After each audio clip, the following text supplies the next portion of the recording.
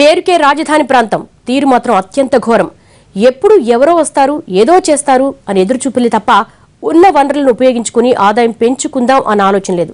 పోనీ అభివృద్ధి చేద్దామని ఏ అధికారైనా చొరవ తీసుకుంటే ప్రోత్సహించే వారికంటే వెనక్కు లాగే వాళ్లే ఎక్కువ మంది ఉన్నారు.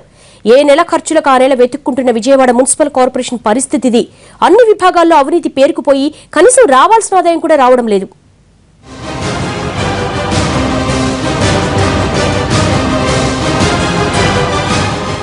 రాజకీయ పాలన, అధికారుల పాలన, ఇలా ఎవరొచ్చినా ఏం చేసినా బెజవాడ కార్పొరేషన్ రాత మాత్రం మారటం లేదు.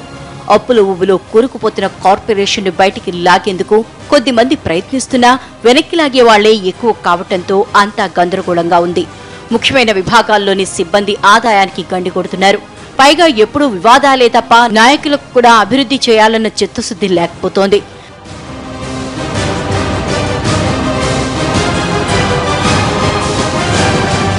విశాఖపట్నం మున్సిపాలిటీ బడ్జెట్ 2000 కోట్ల పైమాటే కాగా తాత్కాలిక రాజధాని హోదా వెలగబెడుతున్న బెజవాడ బడ్జెట్ 500 కోట్లు మాత్రమే.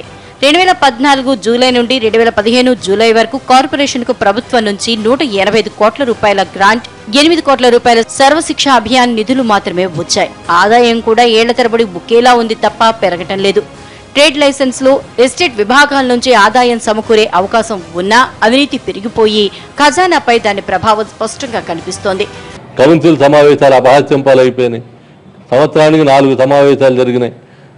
నెలకొక సమావేశం ప్రజా సమస్యలను ప్రతిబింబించే పద్ధతుల్లో జరగాల్సినటువంటి కౌన్సిల్ సంవత్సరం మొత్తం మీద 4 సమావేశాలు జరిగినాయి.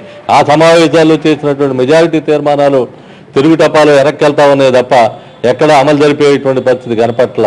నగరంలో ఉన్న పరిస్థితులకు ఆదాయానికి ఏమాత్రం పొంతన లేకుండా పోయింది. 1,84,000 స్థిరాస్తి అసెస్మెంట్స్ కు ప్రస్తుతం ఉన్న మార్కెట్ ధరల ప్రకారం 250 కోట్ల వరకు ఆదాయం లభించాలి. కానీ కేవలం 70 కోట్ల రూపాయలు వస్తోంది. మిగతాదంతా అవినీతి పరుల పాలవుతోంది. రాష్ట్ర రాజధాని నగరం అయింది. ఇప్పటికీ విజయవాడకి ప్రత్యేకంగా ప్యాకేజీ లేదు. గతంలో ఇవ్వాల్సిన 250 కోట్ల రూపాయల కేంద్ర రాష్ట్ర ప్రభుత్వాల యొక్క నిధులు, పెండింగ్ నిధులు ఎంతవరకు రిలీజ్ చేయాల. ఈ రకంగా ఉద్యోగులకు ఇచ్చిన హామీ 101 పొద్దు కింద ఇస్తా ఉన్నటువంటి 135 కోట్ల రూపాయలు ఏడాదికి ఇవ్వాల్సిన వేతనాలు ఇంతవరకు రిలీజ్ చేయాల. ఏడాది నుంచి కార్పొరేషన్లో టీడీపీ పాలన వచ్చినా రాష్ట్రంలో కూడా ఆ పార్టీనే అధికారంలో ఉన్నా పరిస్థితిలో మార్పు రాలేదు. ఎన్ని సమస్యలున్నా ఏదో రకంగా ఒడ్డును పడేసే ప్రయత్నంలో ఉన్నామంటున్నారు మేయర్.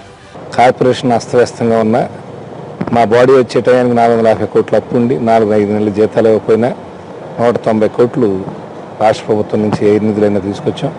లోకల్గా కూడా దాదాపుగా ఇంకో 190 కోట్లు మనకు రావాల్సిన బకాయిలన్నీ వసూలు చేసాం. వీటన్నిటితోటి ఈ రోజున కాంట్రాక్టులకి 82 కోట్లు ఇచ్చాం. అట్లాగే ఎంప్లాయీస్ పాత జీతాలు ప్రజెంట్గా ఇవ్వటమే కాకుండా పాత కూడా 31 కోట్ల అప్పు తీర్చాం. రాజధాని హోదా ఇచ్చిన రాష్ట్ర ప్రభుత్వ పెద్దలే స్వయంగా జోక్యం చేసుకుంటే తప్ప బెజవాడ కార్పొరేషన్ పరిస్థితి మారే అవకాశం కనిపించడం లేదు. కేవలం హోదా ఇచ్చి సరిపెట్టకుండా అభివృద్ధి నిధులు కేటాయించమంటున్నారు నగర ప్రజలు.